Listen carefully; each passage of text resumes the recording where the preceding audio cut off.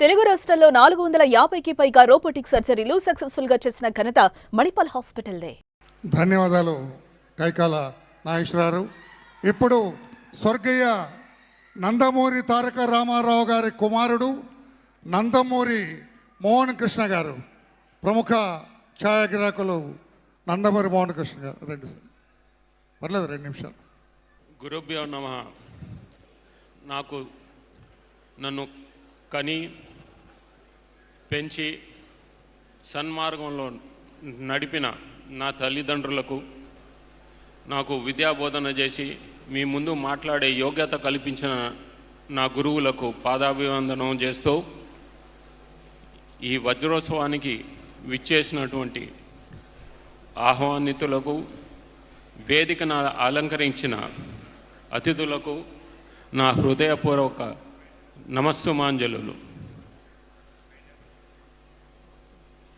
1949లో మా నాన్నగారి మొదటి చిత్రం మన దేశం విడుదలైంది. దానికి నిర్మాత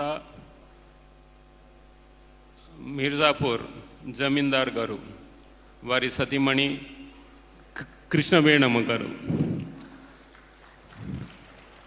వారికి మా కుటుంబం ఎప్పుడూ రుణపడి ఉంటుంది. మా నాన్నగారిని వెన్ను తట్టి ప్రోత్సహిస్తూ ముందుకు నడిపించారు. అలాగే అప్పుడు శోభనాచలం స్టూడియోస్కి అధినేత మిర్జాపూర్ జమీందార్ గారు. కానీ ఈ మన దేశం సినిమా ఎంఏఆర్ ప్రొడక్షన్స్ కింద నిర్మించారు. ఎందువల్లంటే అప్పుడే మేకా అనురాధాదేవి గారు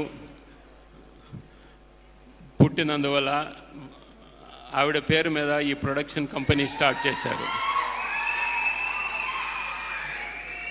సో అక్కడి నుంచి ఆయన అంచెలంచెలుగా పెరుగుతూ ఎన్నో వైవిధ్యమైన పాత్రలు వేస్తూ,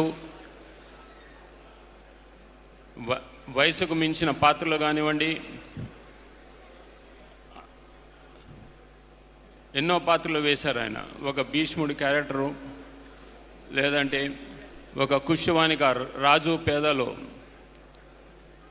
పాత్ర వేసి, ప్రతినాయకుడి పాత్ర కూడా వేసి ఆయన జనాన్ని మెప్పించారు. ఈ పాత్రలన్నీ ఆయన మీద ఎంతో ప్రభావం చూపించాయి. పుండ్రకాక్ష గారు నిర్మించిన మహామంత్రి తిమ్మర్సులో ఆయన శ్రీకృష్ణ దేవరాయలుగా వేశారు. వారి కొడుకు నాగేశ్వరరావు గారు కూడా ఇక్కడ ఉండారు.